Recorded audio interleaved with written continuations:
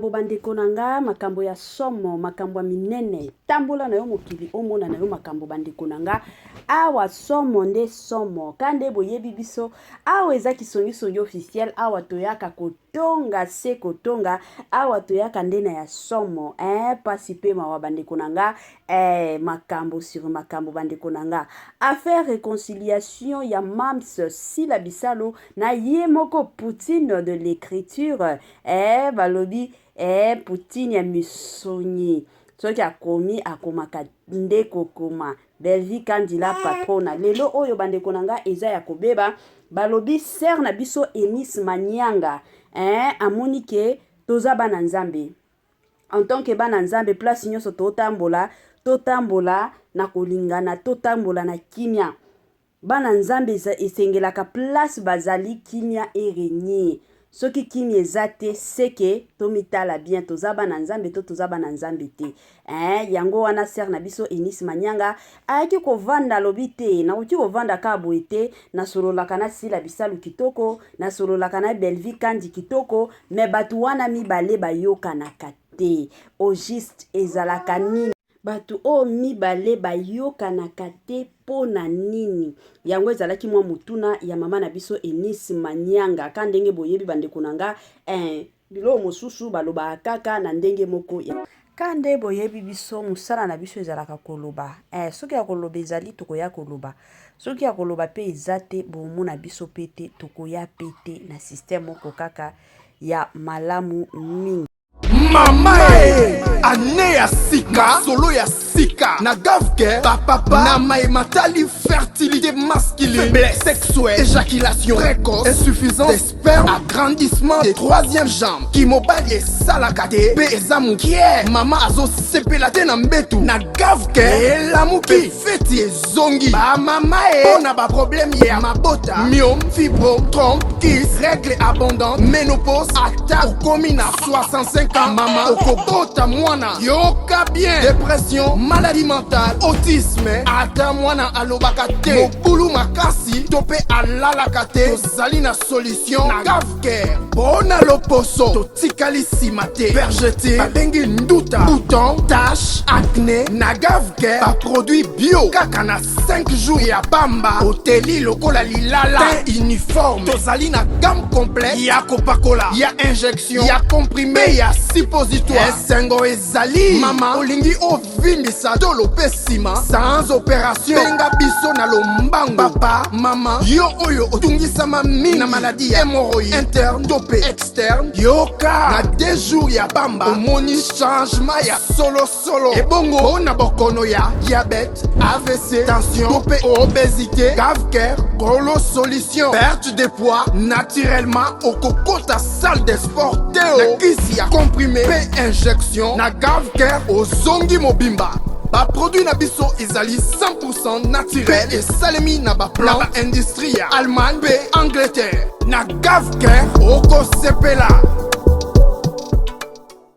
konanga gavcare azosunga bandeko nyonso o bazana problème etali santé ba makambo nyonso o baoloba awa o nyonso etali santé gavcare azosunga kapenza makasi o tolobaka penza makasi penza na ndenge moko ya kitoko na ndenge moko penza ya malamu penza bien penza makasi. Voilà. Bonjour, bonsoir et surtout bon après-midi, et cela ne dépendra qu'à l'heure à laquelle vous allez nous suivre. Bienvenue surtout sur notre chaîne Kisongi officiel, bienvenue na balandi nyonso yakala, bienvenue na ba o nyonso ya sika. Kande tolobaka boyei penza malamu na chaîne na biso, chaîne moko ya Kisongi, chaîne moko oyo toyaka kotonga se kotonga ezalaka penza musala na biso, moyen tobo ya kotonga ezali te. Kandenge na bando beta masolo na ebandeli ya émission na biso ke lelo oyo toye kotonga, toye kobeta masolo ya ser na biso Enis Manyanga. Kandenge azolinga réconciliation entre Belvi Kandi na mama na biso Sila Bisalo bandeko nanga. Nini sikoyo makambu nini esalike Kisongi officiel lelo aya kotonga. Avant ya kokota na mozindo ekozala mwa malamu toya nanu ko sensibiliser bandeko nyonso ya sika. Toyebi que chaque fois que tosalaka ba émission ya sika na chaîne na biso ya Kisongi officiel, bato sika pe bakotaka. yango nde kosensibiliser penza bato nyonso ya sika. En tout cas soki eza mbala liboso oyo boye kokota na chaîne na biso ya kisongisongi officiel na osenga na bino bo s'abonner massivement. Tango bozo s'abonaka bongo bobosana pete koklikaka sur ngonga ya notification. Malamu ngonga wana ezalaka ke à chaque fois que kisongisongi officiel abando tiaka ba vidéo ya sika bokozala directement et encore informé na ndenge moko ya malamu. Bandeko nanga botiela biso ba commentaire, bobosana te kotiela biso ba j'aime, bosalela biso pe ba partage. Tolingaka ba partage na bino, tosepelaka na ba j'aime na bino, tosepelaka bandeko nanga na mwa ba remarque na bino na ndenge moko ya malamu. Wana na profiter na nkopesa bambote na Madame Judith Diampovisa, na pesi mwa bambote talaka yo mwasi nzambe la parisienne ya tongo makasi. Voilà la famille toye lisusu lelo kande to obeta masolo ya mama na biso Eunice Manyanga. Kande na bando le koloba na ibandeli ya émission ke en tant que mwana nzambe ezalaka toujours ya motu ya place union sozo tambola tiaka kimia.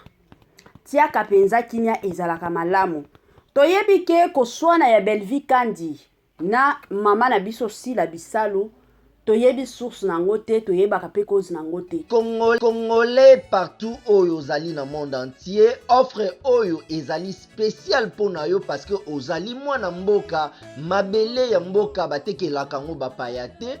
Congolais tala mabele oyo ezali komonana ezali plat à 3 minutes ya boulevard Lumumba route nationale numéro 1 awa na kati ya Maluku à quelques minutes ya péage ya Menkau oza mobimba na $750 ya pamba ozui 15 mètres sur 20 na yo y compris les documents administratifs na kati. Donc okozwa ba documents ya quartier, okozwa ba documents ya commune, okozwa tous les documents possibles oyo esengaka mutu azwa pona parcelle na ye. Pe oza na possibilité ya kosomba a crédit soki ozosomba plus. Ah oui, tolobaki te, tolobi bien y compris les documents. Opesi mongo na yo oza na droit ya terrain 15 mètres sur 20 ozali na droit ya ba document administratif nyonso tu. Ndeko ba mapango toteka na $750 osombi mwa lupango y compris les documents. Tant tolobaka les documents y compris bandeko nanga seke mikanda nyonso na kati. Ezala o mikanda ba bourgmestre. O bukanda soki ya nani o mataki kitaki.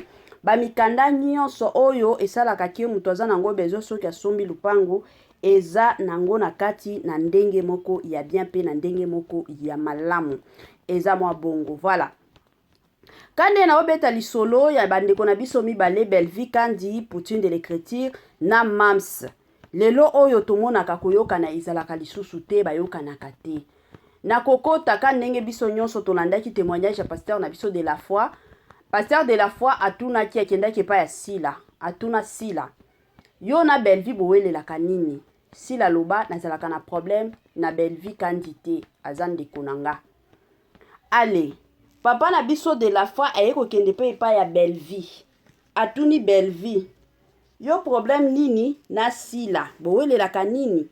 Belvi pe a répondre à lobi nazalaka na e problème te Sila Bisalu azande konanga. Mais basolisanaka ndete toyebaka te ezalaka au juste nini.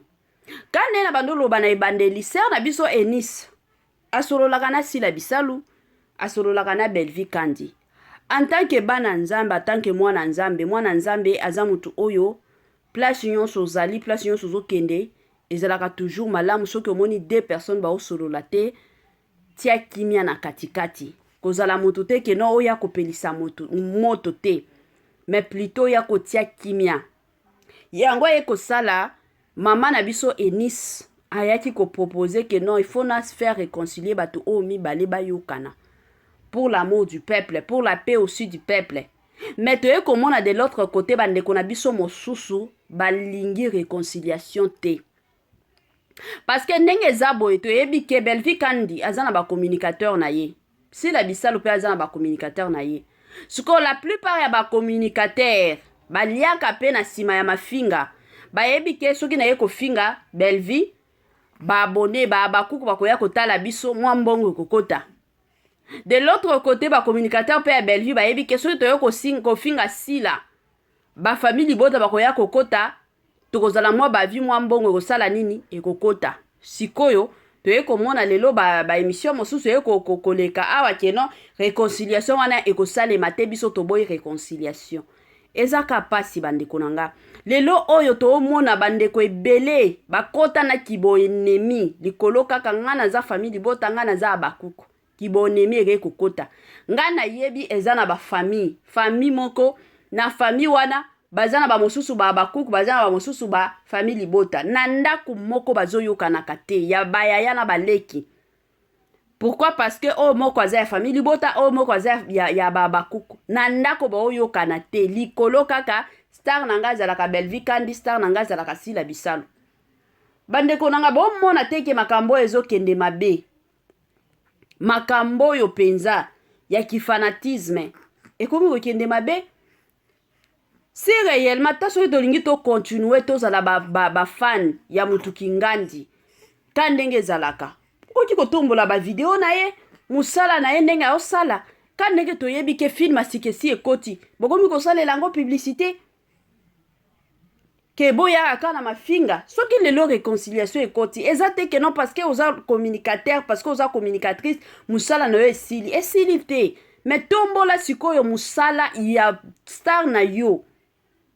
Tombola musala ya star na yo yango nde ekozala likambo. Soki otombola osalaka na yo musala bien okolia kaka na bakote nyonso. Il y aura toujours de ces fans oyo bakobanda na yo kotiela yo parce que nous savons que il y a de ces personnes eza na bafan mosusu tellement balinga mams tellement balinga belle vie kandi ayebi ke communicateur oyo akotelaka mams bien akotelaka belle vie kandi bien moi quelque chose na kotisela epe ezalaka bongo. Mais soki okobanda okokontinue toujours kotombola musala ya star na yo ozanga eloko te okozala toujours na mwa quelque chose okobanda ozanga te mais toyeya na bamaloba ya banégativité te ke non makambo baosala ekosimba te koyoka na biso toboyi yo boboyi oza nani. S'il vous plaît bastar na biso sila bisalu na belle vie eza na makambo mosusu mosusu ezala makambo ya nzambe. Parce que si je ne m'abuse pas makambo yo pasteur de la foi yaki na makambo ezaki na 2024 ebandelika ke oyo alingaki réconciliation entre sila bisalu na mams eshua oyo eza ya mibale. Alors epai ya nzambe hasard existaka te na osenga na bino boyokana toyebi te o nzambe alingi alobela biso lelo toyebi te. Comme eyaki pour la première fois isimbaki te ça c'est la deuxième fois eza nzambe azolipe sa chance to profiter na chance oyo tozala te ke non un jour toya kolela ke si je le savais ekozala pasi pe mawa. Mais tango chance ezali tozwa opportunité oyo tosimba ngo na maboko.